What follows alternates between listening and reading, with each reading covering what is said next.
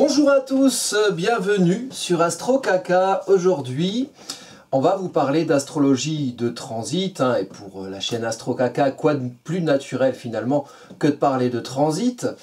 Alors on espère que ça va bien passer, on vous le souhaite à tous. Il s'agit ici du transit du Soleil et de Mars qui vont se rejoindre donc en conjonction, donc conjonction de Mars et du Soleil, le samedi 18 novembre 2023 à 6h13 du matin précisément, donc le moment où le Soleil et Mars vont se rejoindre dans le ciel.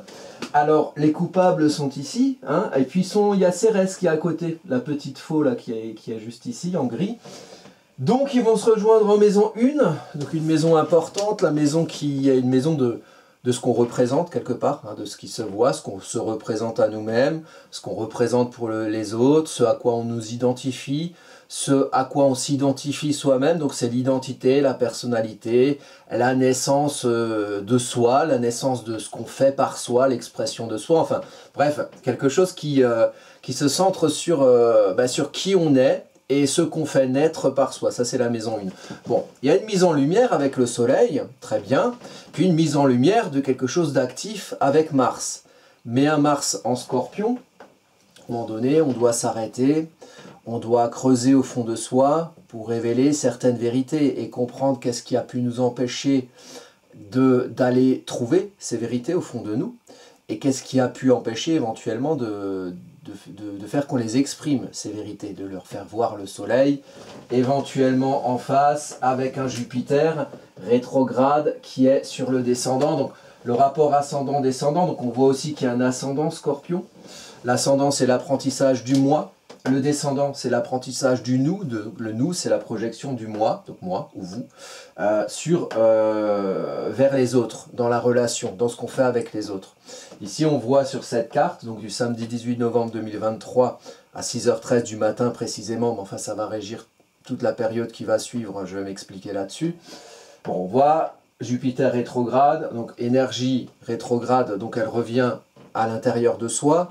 Donc il faut comprendre, Jupiter c'est une planète d'air, donc il y a quelque chose, l'air c'est l'intellectualisation, la communication, donc il y a quelque chose à comprendre de son expansion, de la place qu'on prend, quelle place on doit prendre, qu'on va projeter vers les autres, dans quelque chose de plutôt cool, de plutôt taureau, donc de plutôt précaré, de plutôt, voilà, la vache qui broute son herbe dans ses prés. Comment on trouve son ancrage et sa force, comment on trouve sa place pour être en sécurité avec soi et son environnement dans ce qu'on fait avec les autres, comment on prend sa place. Mais une place tranquille, une place taureau, évidemment une place qui est issue d'une évolution, puisqu'on a aussi Uranus qui accompagne Jupiter dans le signe du Taureau, et Uranus c'est la libération de l'individualité, l'évolution, le progrès, on est dans le vent des tempêtes, on est dans quelque chose qui bouge. Donc l'idée c'est de réussir dans ce qu'on projette de sa vérité personnelle, Scorpion, vers les autres, quelque chose qui puisse être un ancrage, qui puisse être une force, qui puisse être quelque chose qui génère le fait qu'on tire l'eau du fond de nos puits émotionnels, donc nos émotions et nos vérités, et qu'on les fasse valoir vers une terre qu'on travaille, où on sera en sécurité, tranquille, serein, fiable, affable, en taureau, où on va devoir comprendre la place qu'on prend ici et comment on évolue. Alors le Soleil qui éclaire Mars, donc c'est quelque chose d'actif. Mars en maison 1, c'est le courage de l'action. Et le courage de l'action par ce qu'on fait soi, par ce qu'on représente. Donc par ce à quoi on s'identifie. Et puis c'est une action Scorpion. Donc qui va aller peut-être creuser pour chercher des vérités du fond de nous. Et qui va peut-être aller exprimer cette vérité puisque le Soleil éclaire tout ça. Et c'est pas mal. Le Soleil, si vous voulez, le Scorpion c'est le signe de l'ombre. L'ombre qu'on a au fond de soi. Et qui peut nous empêcher, l'ombre du Scorpion, ça peut être le rapport dominant-dominé, ça peut être le rapport à la manipulation, comme voilà, quelqu'un qui tire les ficelles des marionnettes dans les coulisses, et les marionnettes c'est nous, alors auquel cas ça peut être des personnes qui nous manipulent, ça peut être des situations, des habitudes, des conditionnements, des schémas enfermants, des schémas de peur. On peut se manipuler nous-mêmes, c'est-à-dire qu'on peut ne pas avoir conscience de certaines ombres au fond de nous par rapport à notre vécu, avec des schémas enfermants, de conditionnements enfermants, culturels, sociaux, éducationnels, qui tirent les ficelles de ce qu'on pense être dans les coulisses. Donc il faut aller creuser dans tout ça, il faut aller creuser dans sa vérité émotionnelle. Le Soleil est là pour éclairer, cette zone d'ombre. Donc quand il y a la lumière, forcément, on voit mieux. Mars, il est là avec sa pelle et sa pioche pour aller creuser. Donc on a l'énergie pour aller creuser. Éventuellement aussi, on a envie de faire valoir cette vérité. Mais quand la vérité va sortir, le mieux, c'est de la faire sortir en taureau. Avec le petit traducteur vénusien qui va traduire le côté sans concession avec soi-même où on va creuser en quelque chose de plus digeste pour les autres, auquel cas on pourra faire quelque chose avec les autres d'affable, de fiable et qui va peut-être aider les autres à adhérer au projet ou aux vérités qu'on va exprimer de nous. Vous voyez, donc quelque chose qu'il faut toujours garder à l'esprit avec le scorpion. Le scorpion, c'est un taureau en face, et puis le taureau, c'est aussi un scorpion en face. Les deux signes sont liés dans l'axe qu'on appelle les possessions. Je possède mes émotions. Alors du coup, ça peut arriver aussi aux expériences de manipulation hein, avec le scorpion. Et je possède la matérialité, la terre, l'ancrage, la force tranquille avec le taureau. Bon. Alors, vous allez me dire, mais Mars, ou pas d'ailleurs, vous allez me dire, mais Mars Soleil, finalement, ça doit arriver souvent. Moi, c'est ce que je me suis dit. Je me suis dit, bon, Mars Soleil, bon. On sort d'une période de nouvelle lune en Scorpion, qui était, alors là, à ce moment-là, en maison 12 du thème. On a fait la vidéo, je vous renverrai en lien la vidéo sur la nouvelle lune en Scorpion, qui a eu lieu 5 jours avant, qui est importante aussi. Mais le fait que finalement la nouvelle lune en Scorpion soit en maison 12 et qu'ici on est en maison 1, bah peut-être qu'il y a quelque chose qui est en gestation le 13 novembre, on va chercher, peut-être qu'il y a quelque chose qui va plus se voir avec le soleil Scorpion. Et ça c'est un des autres aspects de soleil Scorpion, c'est que le Mars ça peut être aussi confrontationnel et violent. Mars c'est le dieu de la guerre, dans le signe du dieu des enfers. Donc il peut y avoir des choses qui ne sont pas forcément hyper sympas, mais les épreuves, c'est toujours là pour être transcendé. Et alors, le gros inconvénient, c'est éventuellement avec Mars qui est très confrontationnel, qui est très guerrier, la violence peut se voir, puisque c'est Mars-Soleil.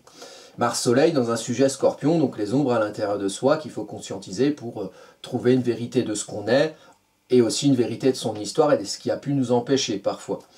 Donc ça on peut prendre ça... Dans cette énergie, on peut donner comme sujet à cette énergie finalement vous, votre vie personnelle, et puis aussi les choses collectives, les choses qui se passent dans le monde actuellement. Vous avez pu constater qu'il y a pas mal de guerres et de conflits qui arrivent peut-être aujourd'hui ou dans cette période, mais qui, peut-être que la cause profonde, elle est plus ancienne, et peut-être qu'il y a quelque chose qui creuse pour aller y comprendre. Et comme le soleil met la lumière sur l'énergie martienne, donc on éclaire la violence, et bien la violence du coup peut se voir, et quand on la voit, on peut la quantifier, la qualifier, peut-être mieux la comprendre, et peut-être mieux la transcender derrière. Moi je sais que j'étais CPE avant, j'étais éducateur, et j'ai encore quelques contacts évidemment dans ce monde-là, hein, des gens qui ne sont pas possédés par le mainstream, il n'y en a pas beaucoup dans l'enseignement malheureusement, ou dans l'éducation, ou dans les éducateurs, mais il y a eu un nombre incommensurable d'affaires d'abus, puisque dans le Scorpion on est dans les abus qui rentrent profondément en soi, abus de violence ou abus même sexuels, hein. Le Scorpion c'est le signe de la sexualité, un nombre assez incroyable d'affaires qui ont été révélées. Alors c'est pas des trucs que vous allez voir à la télé, mais des choses qui ont été révélées de violence, par exemple familiale, donc la famille c'est là où on fait grandir ses émotions, on développe son émotionnel, qui ont été révélées, qui sont sorties au grand jour solaire. Ici, c'est symbolisé par ça, dans la période qui est actuelle. Et au final, c'est violent pour qui ça? Ben, c'est violent pour ceux qui le voient. Mais ceux qui subissaient ça, dans ces cas particuliers par exemple, c'était déjà violent pour eux avant. Donc au final, est-ce que c'est pas non plus un bienfait de mettre la lumière sur des choses qui sont violentes, dans des cas particuliers, personnels comme ici, ou dans des cas d'astrologie mondiale, donc dans les événements... qui peuvent se passer en France et dans le monde, et des guerres et des violences qui sont révélées. Alors ça peut se faire à plein de niveaux, hein, c'est pas forcément la guerre, mais ça peut être voilà, des révélations de choses qui sont un peu une violence qui était sous-jacente, qui représente une violence qui était sous-jacente et qui est révélée au grand jour. Donc quand c'est révélé au grand jour, quand on ne le savait pas, quand c'était dans son inconscient, évidemment que c'est violent. Mais est-ce qu'il ne faut pas crever l'abcès, parfois? Et c'est un peu cette énergie-là qu'il y a ici. Alors, j'ai fait une grosse digression, mais je reviens sur mes pattes. je me suis dit, le Soleil-Mars, finalement, ça doit arriver souvent, puisque le Soleil, il met 1 an à faire le tour, et Mars, il met 2 ans à faire le tour. Donc moi, bêtement, je suis allé sur AstroThem, vous allez sur un logiciel d'astro, et puis vous faites un peu le retour pour voir la dernière fois où Mars était avec le Soleil dans le thème. Et moi, je pensais tomber il y a 2 ans, il y a 4 ans, enfin, il n'y a pas si longtemps. Et bien, figurez-vous que la dernière fois que Mars est entré dans le signe du Scorpion, c'était en 1991. Et quand il y avait une conjonction exacte, c'était le 8 novembre 1991 exactement. Alors moi j'ai été voir, bon, bah, qu'est-ce qui s'est passé en 1991 qui pourrait éventuellement se juxtaposer avec ce qui peut se passer actuellement. Bon, alors je remets le contexte, là déjà vous avez la carte ici, donc la carte, ça c'est la carte de... donc la dernière fois que le Soleil est passé avec Mars en Scorpion, en conjonction, donc c'était le 8 novembre 91 à 11h05, on obtenait cette carte-là. Voilà, je vous la montre, ok, c'est cette carte-là. Si on a le temps, on l'étudiera un peu, mais on n'aura pas nécessairement le temps. Donc, c'était ici, du coup, une conjonction qui avait lieu en maison 12, ici. Qu'est-ce qui s'est passé à ce moment-là? Alors, c'était un peu le contexte de la fin des... Enfin, il y a eu vraiment... C'était la fin de l'Union, de l'URSS, de l'Union soviétique. Il y avait... c'était aussi le début de l'Europe. L'Union européenne, pardon, il y a eu une ratification des traités de Maastricht qui ont été ensuite votés en 1992. Donc en décembre 91, ils ont ratifié le traité qui a institué l'Union européenne. Donc ça c'est un grand ensemble, l'Union européenne. L'Union soviétique a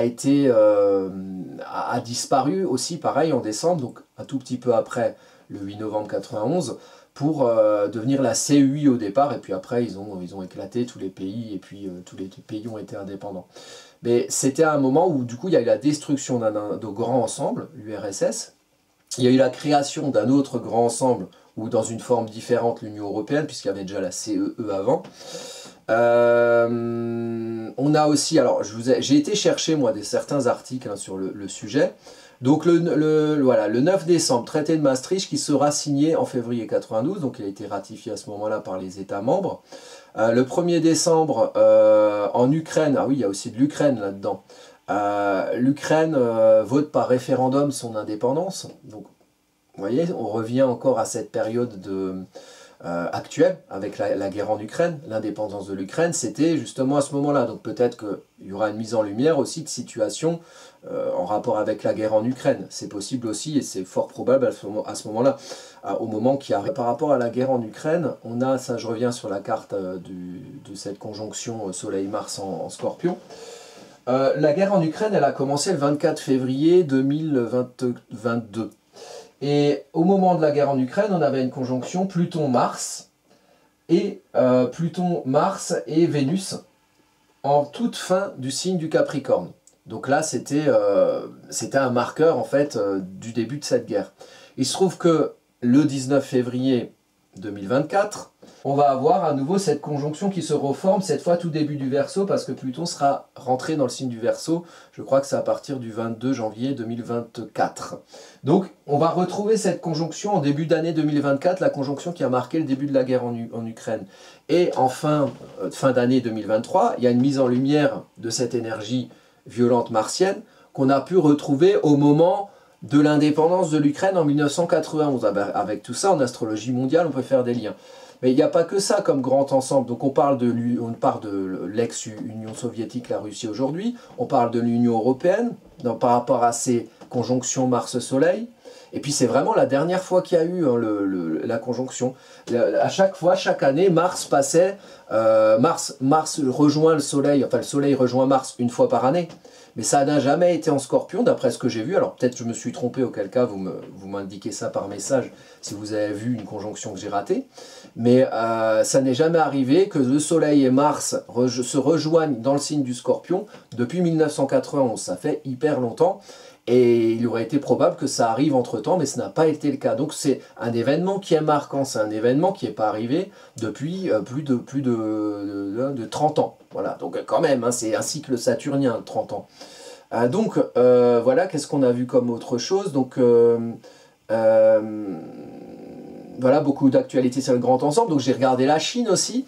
Donc le 1er novembre 1991, le gouvernement chinois a publié un livre blanc donnant sa version des droits de l'homme, qui visiblement diverge un peu de la version européenne ou américaine, ou voilà, de ce qui est occidental si vous voulez. Il y a aussi quelque chose, voilà, la coopération nucléaire de la Chine et de l'Iran, que j'ai trouvé à ce moment-là. Et il y a eu quelque chose, voilà, la Chine a... Enfin, il y a eu un article dans le journal, le 6 novembre 1991, qui indiquait que le comité permanent du Parlement chinois avait refusé de signer le traité de non-prolifération nucléaire. Donc s'il y a du nucléaire qui vient se mettre dans l'affaire, c'est encore pas hyper sympa. Alors, quand on parle du nucléaire, on parle de Pluton, forcément, puisque Pluton c'est le plutonium, hein, c'est la destruction fondamentale, hein, puisque le nucléaire, c'est quelque chose qui détruit les cellules même, donc il y a une destruction vraiment à la racine, on va dire.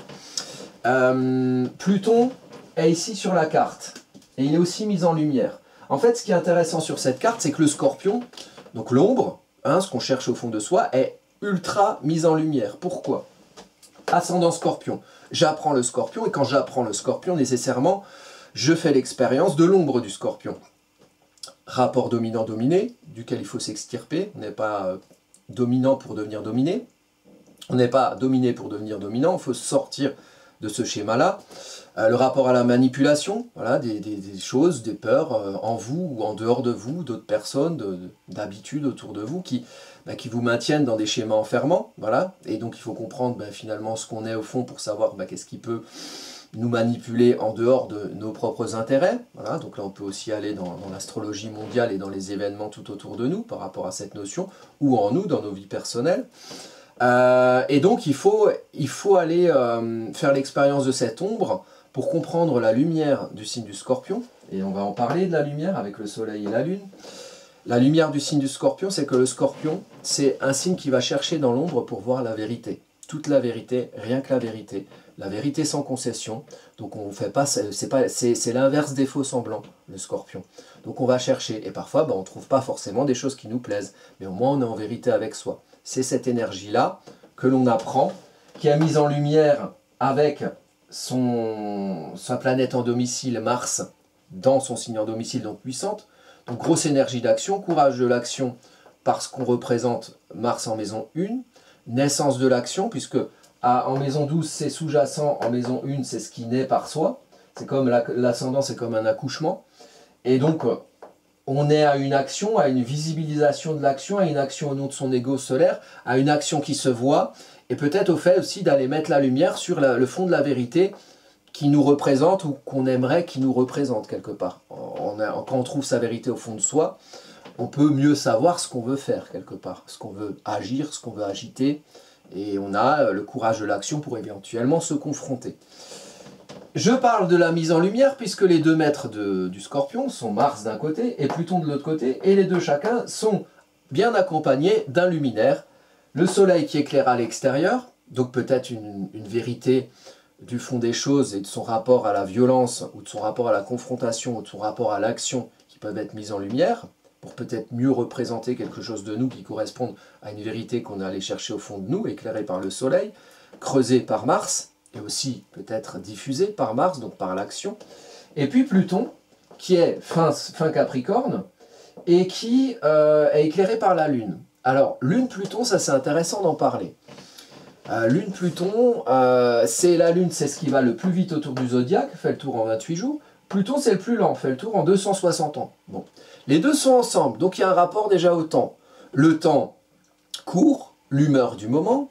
Hein, l'humeur du moment, c'est Lune en Capricorne, c'est je suis en confort dans le fait d'être méthodique, d'être structuré, d'être un peu rigide parfois, et je suis en confort émotionnel dans le fait que finalement les choses soient constructives, et peut-être que mes sentiments, mes émotions soient constructives. Donc il y a quelque chose peut-être à creuser par Mars, pour aller peut-être structurer quelque chose de constructif. En tout cas, on a envie de construire quelque chose qui permette à ces émotions d'être, de ne pas être branlantes quelque part, d'être sur des bases solides. Bon. Sauf que Pluton, c'est la destruction.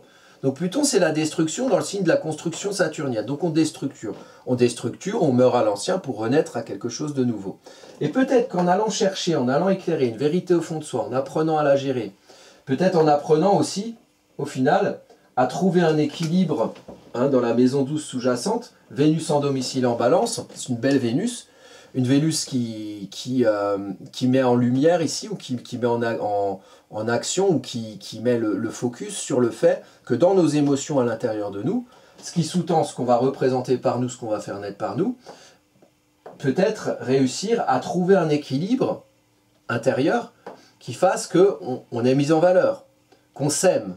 Vénus en domicile en balance, c'est une Vénus qui aime, ou qui met en valeur, ou qui se met en valeur à travers les plateaux de la balance, le moi et le nous, le rapport qu'on a avec les autres. Peut-être que ça a un lien avec Jupiter, trouver sa place dans ce qu'on fait avec les autres, dans un ancrage, dans une force tranquille taureau, peut-être pour avoir un rapport plus équilibré avec soi-même.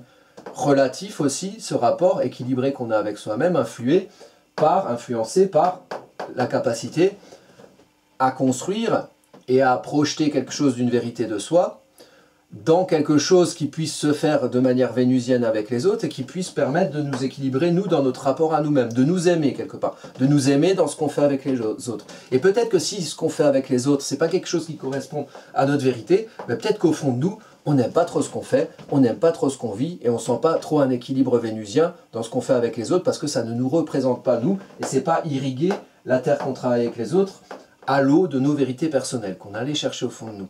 Donc il y a quelque chose, voilà, il y a aussi une quête de mieux-être intérieur, si vous voulez, notamment relatif à ce qu'on fait avec les autres dans cette carte.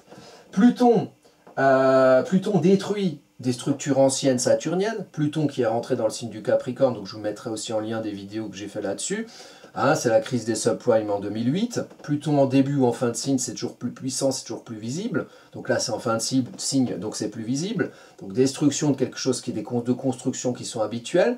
Et ici, c'est Pluton qui met son énergie de remise en cause, de remise en question sur les émotions lunaires. Donc peut-être qu'on remet en question des conforts émotionnels dans des constructions anciennes et durables, et qu'on a envie de remettre en question ça, et qu'on a peut-être envie de trouver, on est toujours en confort dans quelque chose de construit et de structuré, mais peut-être qu'on a envie de faire autrement, peut-être qu'on a envie de construire une nouvelle structure, peut-être qu'on a envie de choses différentes, parce qu'on est allé chercher, on est allé éclairer une vérité au fond de soi, et on a envie d'agir pour exprimer cette vérité en fonction de son bien-être intérieur qui se restructure sur autre chose. Et ici on est en maison 3, maison 3 c'est les interactions avec les autres, avec l'entourage, c'est là où vous êtes, ce que vous avez construit en situation, et de là où vous êtes, comment vous interagissez avec les autres autour. Donc là il y a un enjeu émotionnel à remettre en question des choses. Vous voyez, c'est super, super important et super intense. Il y a une énergie, il y a une mise en lumière intérieure de remise en question qui est en lien aussi parce qu'en plus de ça, il y a un sextile entre les deux copains, là, entre les deux maîtres du Scorpion, il y a un sextile Pluton-Mars, donc les deux se stimulent. Donc aller agir au nom d'une vérité de soi, ça stimule le fait de reconsidérer un confort émotionnel qu'on a pu avoir pendant longtemps, et du coup on se rend compte en cherchant une vérité en soi, on a envie finalement de construire quelque chose d'autre pour être en confort avec soi, à la lumière des vérités nouvelles qu'on a allé trouver en soi, ici en maison 1. Alors, si on parle d'astrologie hors des situations personnelles, donc astrologie mondiale ou astrologie sociale, disons que il peut y avoir des mises en lumière de situations qui mettent en lumière une certaine vérité de ce qui se passe en sous-marin, de ce qui se passe dans le fond des choses, et peut-être que ça donne envie d'agir, ou ça met en lumière aussi des choses un peu violentes, qui agissent depuis longtemps, mais qui sont là, mais qu'on ne voit pas forcément, donc là c'est une mise en lumière, et peut-être que le fait de voir ça, on reconsidère nos rapports à la situation qu'on vit, à la situation qu'on construit, et peut-être qu'on sera, si on reste dans la même notion de construction durable autour de nous, peut-être qu'on ne sera pas très en confort avec quelque chose dans lequel on a vécu longtemps et qui a révélé un peu le côté, comment dire, un peu merdique. Scorpion, il va chercher la merde, c'est très astro-caca tout ça, révéler quelque chose de merdique dans lequel on voudra peut-être pas patauger ou on voudra peut-être pas s'empêtrer, donc on aura un enjeu émotionnel à reconsidérer pas mal de constructions anciennes dans lesquelles on a pu vivre et à travers lesquelles on a pu interagir. On a aussi, parce que la carte elle est méga intense, hein, c'est assez fou, on a Neptune ici qui est aussi en trigone à cette conjonction Mars-Soleil dont on parle. Donc, Mercure en trigone, Neptune en trigone, pardon, Neptune en poisson en domicile, en poisson depuis 2011, donc c'est pas nouveau. Mais là en trigone à cette conjonction Mars-Soleil en Scorpion, une mise en lumière de l'action, du fait de creuser, du fait d'agir pour révéler une certaine vérité de nous, une mise en lumière d'une vérité de certaines situations violentes ou confrontationnelles, ou une mise en lumière de notre besoin d'action, un éclairage de notre action en vérité avec nous-mêmes, en vérité avec le fond des choses qu'on a allé voir. Neptune, c'est les grandes aspirations, c'est l'inspiration, c'est ce en quoi on croit, c'est ses espoirs, c'est sa foi. Et Neptune ici est en maison 5, maison d'affirmation personnelle, de création personnelle. Ça peut même concerner les enfants, hein, qui sont nos créations personnelles aussi, pour ceux qui ont des enfants. Et donc, ici, il y a un espoir. En fait, si vous voulez aller voir une vérité, aller creuser une vérité de soi, de ce qu'on représente, encourage un espoir d'affirmation au nom de ce en quoi on croit. Et donc, peut-être qu'on est plus au clair en allant chercher au fond de soi, dans ce qu'on représente, dans sa manière de pouvoir agir au nom de ce qu'on représente. Mais peut-être qu'on est plus au clair aussi avec ce en quoi on croit, ce qu'on a, les espoirs qu'on a, et peut-être la manière qu'on puisse nous affirmer, enfanter quelque chose de nous au nom de ce en quoi on croit. Et donc peut-être qu'en fouillant au fond en Scorpion, ben, on peut mieux être au clair sur ce en quoi on croit. Puisque le Soleil reste en trigone à Neptune. Neptune, c'est souvent la brouille neptunienne, donc on ne sait pas trop où on habite. On est noyé dans un océan d'émotions et de croyances, et on ne sait pas trop quelle vague on veut prendre, ou dans quel courant on veut aller, et dans quel courant, à quel courant on va adhérer finalement pour s'affirmer au nom de ce courant-là, de ses croyances, de ses espoirs, de ses idéaux. Donc ici, il y a aussi une mise en lumière de Neptune en trigone, donc intéressant aussi. Voilà, et un dernier aspect que j'ai vu, donc c'est Mercure qui est là, Mercure en Sagittaire, qui est passé en Sagittaire. Mercure en Sagittaire, le message est des dieux mercuriens, donc je pense, donc je suis, Mercure, donc je comprends et je diffuse un message. Le message, donc on parle par des mots écrits, par des mots parlés, hein, des mots qu'on peut comprendre aussi. On exprime quelque chose, on exprime un message qui dit « je veux aller au-delà ». Voilà. Je veux aller au-delà, peut-être de la situation concrète, maison 2 que je vis, la situation matérielle, la manière de mener ma vie, la manière de gagner ma vie, le sol sur lequel je suis ancré.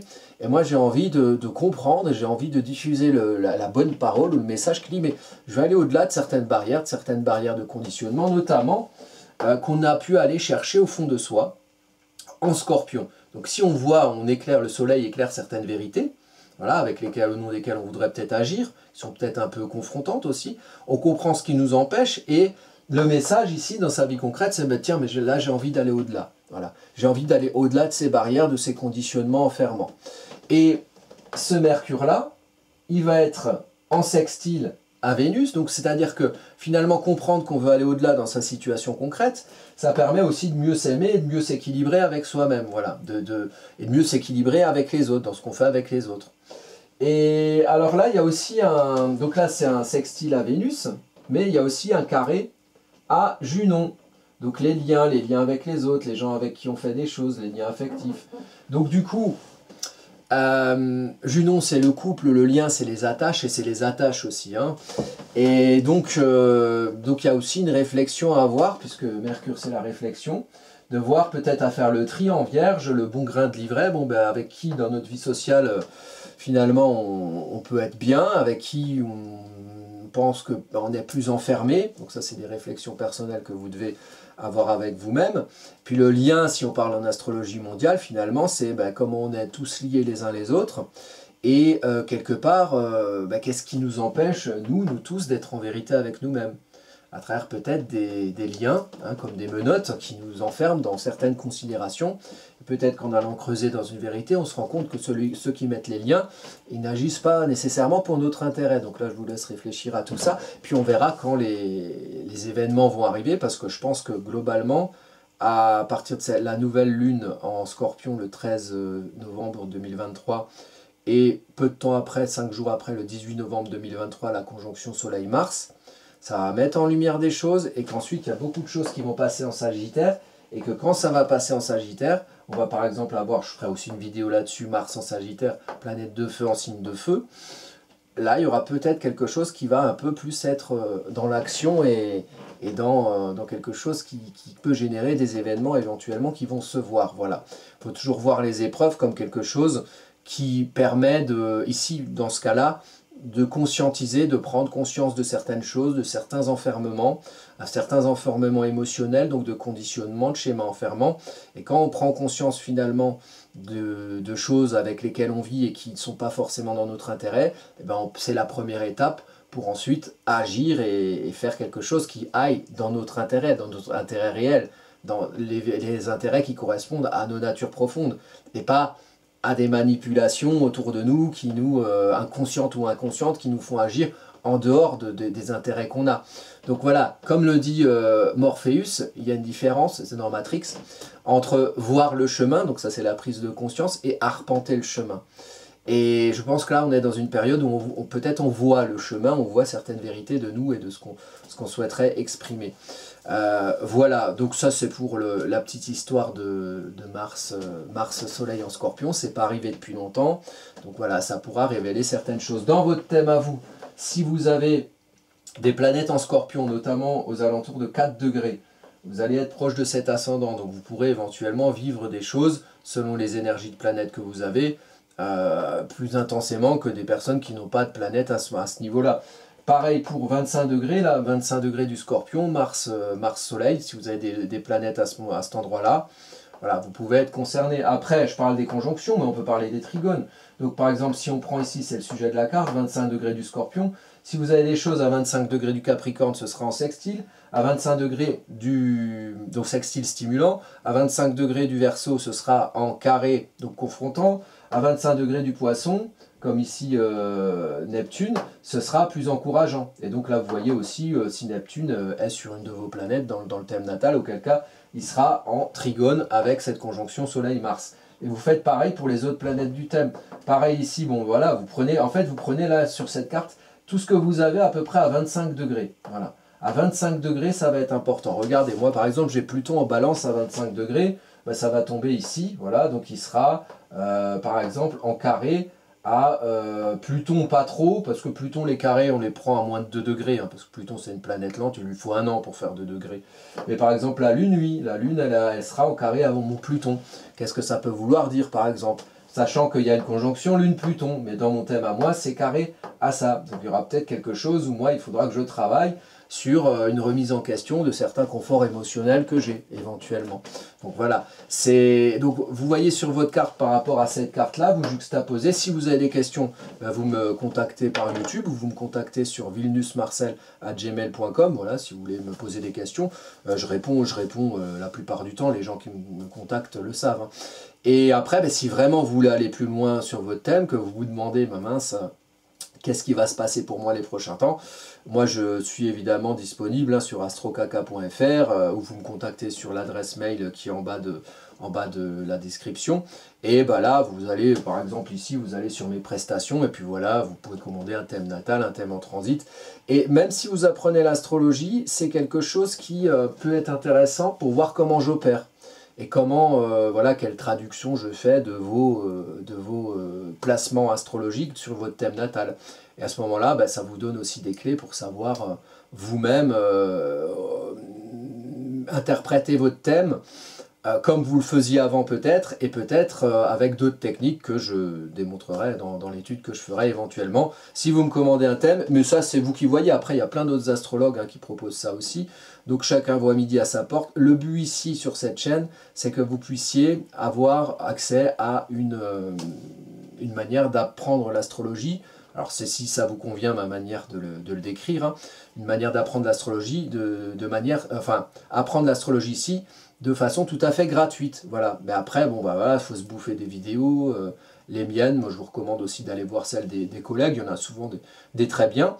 Et puis voilà, donc pour cet éclairage Mars Soleil en Scorpion, c'est quand même un événement. Et moi, je pense que ça va mettre en lumière pas mal de choses qui vont se passer par la suite. Donc, je vous donne rendez-vous pour les prochains. Hein. Je pense qu'il y aura une vidéo sur Mars qui passe en Sagittaire. Et puis voilà, on a plein de choses à se raconter. Je vous remercie de votre attention et je vous dis à bientôt pour de prochaines vidéos.